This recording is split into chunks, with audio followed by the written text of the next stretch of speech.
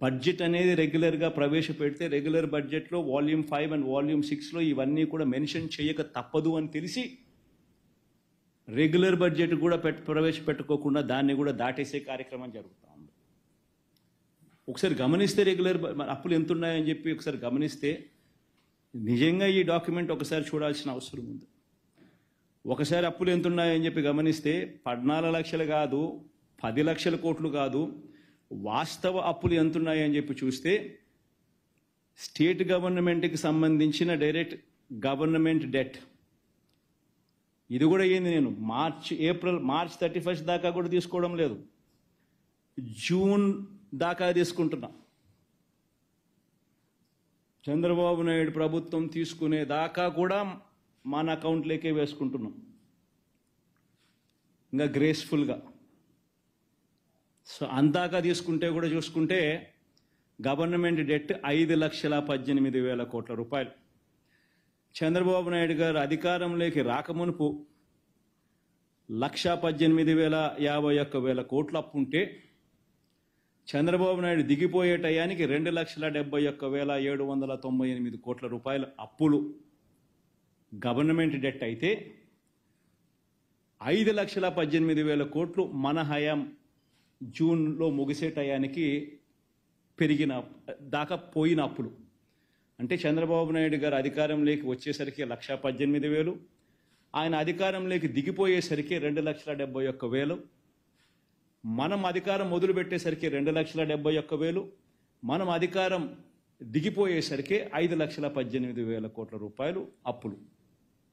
అంటే రాష్ట్రం మొత్తానికి ఈరోజు జూన్ 2024లో ఎంత అప్పులు ఉన్నాయి రాష్ట్రానికి అప్పులు అంటే 5,18,000 కోట్ల రూపాయలు అప్పులు ఉన్నాయి. ఈ అప్పుకు స్టేట్ గవర్నమెంట్ గ్యారంటీడ్ డెట్ కూడా కలుపుకుందాం. అబ్బా లిబరల్గా పోదాం, ఇంకా మనం చాలా లిబరల్గా ఆలోచన చేద్దాం, లిబరల్గా పోదాం. స్టేట్ గవర్నమెంట్ గ్యారంటీడ్ డెట్ కూడా కలిపేసుకుందాం.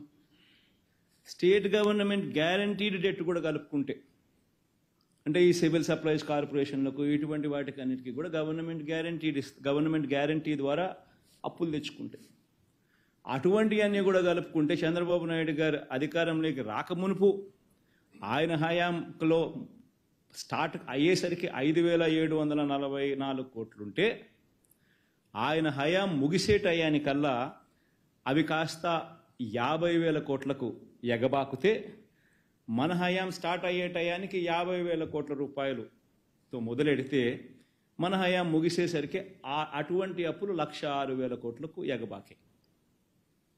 రాష్ట్రంలో ఇవాళ అటువంటి అప్పులు కూడా కలుపుకుంటే మరో 1,06,000 కోట్ల రూపాయలు కనిపిస్తూ ఉన్నాయి. పోనీ ఇంకా లిబరల్గా పోదాం, గవర్నమెంట్ గ్యారంటీ లేనేటివి కూడా కలుపుకుందాం.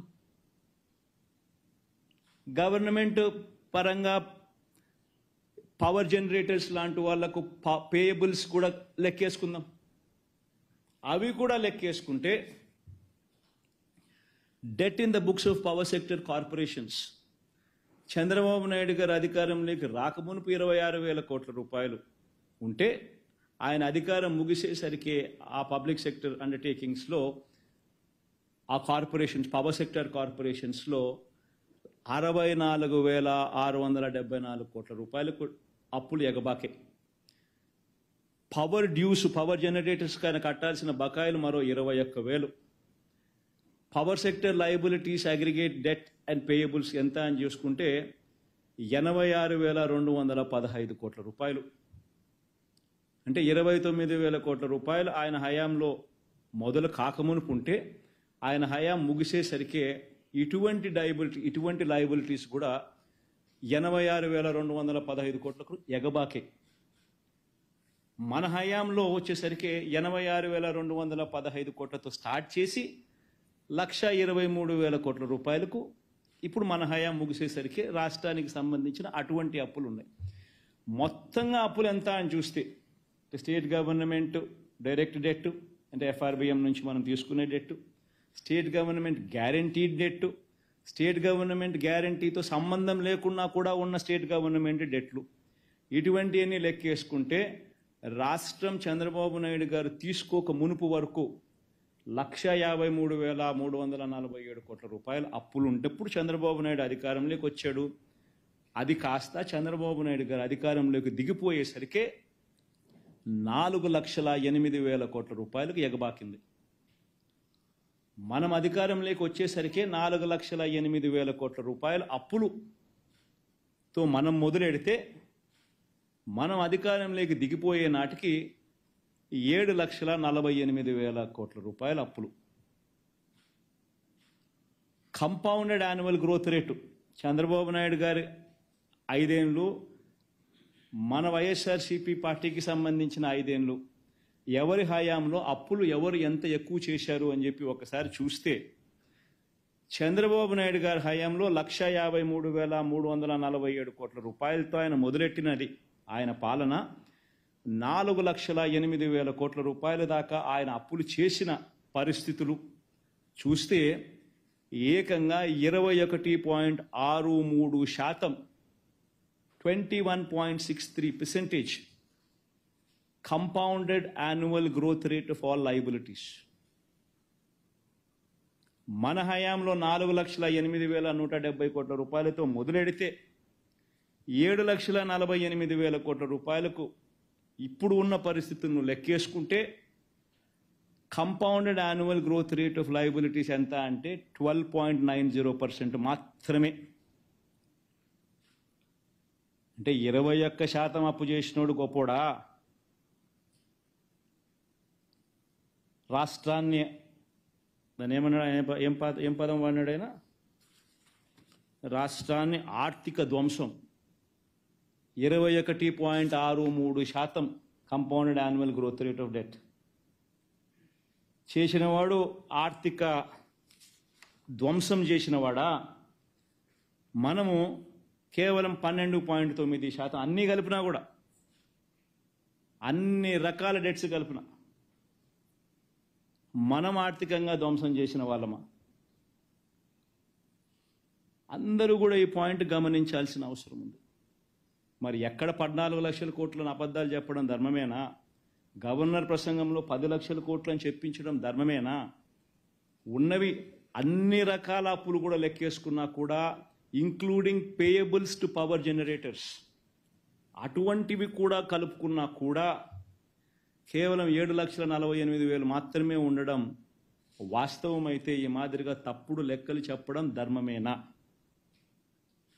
ఇన్ఫ్యాక్ట్ రాష్ట్రానికి సంబంధించిన ఆర్థిక వ్యవహారాలకు సంబంధించిన విషయాల మీద కేంద్ర ప్రభుత్వం రిలీజ్ చేసిన ఎకనామిక్ సర్వే ఆంధ్ర రాష్ట్రానికి సంబంధించిన పారాగ్రాఫ్ ఒకసారి చూస్తే ఆంధ్ర రాష్ట్రాన్ని పొగుడుతూ వాళ్ళు రాసిన మాటలు చూడండి ఒకసారి. State governments continue to improve their finances in financial year 24. Preliminary unaudited estimates of finances for a set of 23 states published by CAG suggests that the gross fiscal deficit of these 23 states was 8.6%, lower than the budgeted figure of 9.1 lakh crores.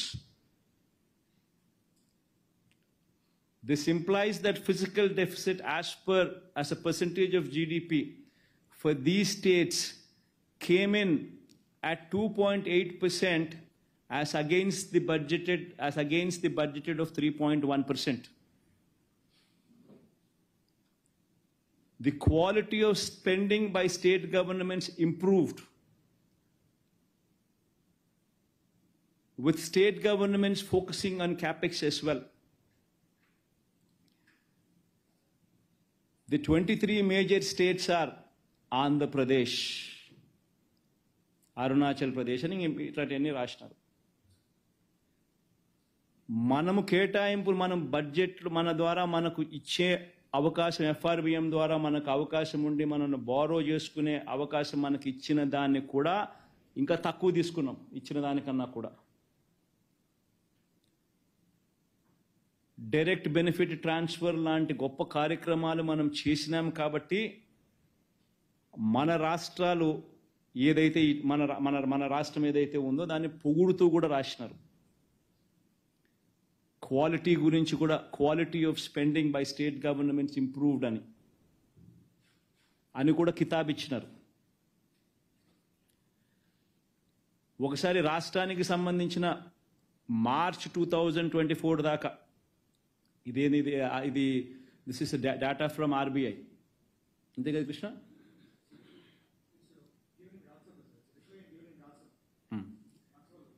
ఇది రాజ్యసభలో ఇచ్చిన reply. రాజ్యసభలో ఇచ్చిన రెస్పాన్స్కి response ఇది. దీంట్లో Andhra Pradesh debt ఎంత అని చెప్పి మార్చ్ 2024 దాకా చూస్తే 4,85,000 కోట్లు. నేను ఇంకా జూన్ వరకు తీసుకున్నా కాబట్టి ఇంకా పెంచిన 4,80,000 కోట్ల 85,000 కోట్లు కాస్త ఇంకా పెంచి ఇంతకు ముందు మీకు చెప్పిన జూన్ దాకా తీసుకున్నా కాబట్టి. కానీ వాళ్ళు ఇచ్చిన స్టేట్మెంట్లోనే 4,85,000 మాత్రమే అని ఉంది. మరి ఎక్కడి నుంచి వస్తూ ఉన్నాయి ఈ నెంబర్లు? 10 లక్షల కోట్లని ఒకరితో చెప్పిస్తారు, ఒకరితో చెప్పిస్తారు, 14 లక్షల కోట్లని ఆయన అంటాడు, ఇంకొకరితో రాయిస్తారు. ఈ మాదిరిగా రాష్ట్రానికి సంబంధించిన పరిస్థితిని లేనిది ఉన్నట్టుగా, ఉన్నది లేనట్టుగా చిత్రీకరించి చూపించడం ధర్మమేనా? Everybody should ask these questions. ఇప్పుడు ఆయన మాట చెప్పినాడు ఎన్నికలప్పుడు, నెరవేర్చాల్సిన బాధ్యత ఆయనది. ఆ మాట నుంచి తప్పించుకోవాలని చెప్పి, ఆ ఇచ్చిన మాటను, హామీలను తప్పించుకోవాలని చెప్పి ఒక పద్ధతి ప్రకారం అబద్ధాలను బిల్డప్ చేసుకుంటూ పోయి రాష్ట్రంలో లేని అప్పులు ఉన్నట్టుగా, రాష్ట్రం పరిస్థితి అధోగతిగా ఉన్నట్టుగా, రాష్ట్రం అన్యాయంగా జరిగిపోతూ ఉన్నట్టుగా చిత్రీకరించడం ఎంత మటుకు ధర్మం, ఎంత మటుకు న్యాయం? అందరూ కూడా ఆలోచన చేయమని చెప్పి కోరుతా ఉన్నాం. In fact 2000 Covid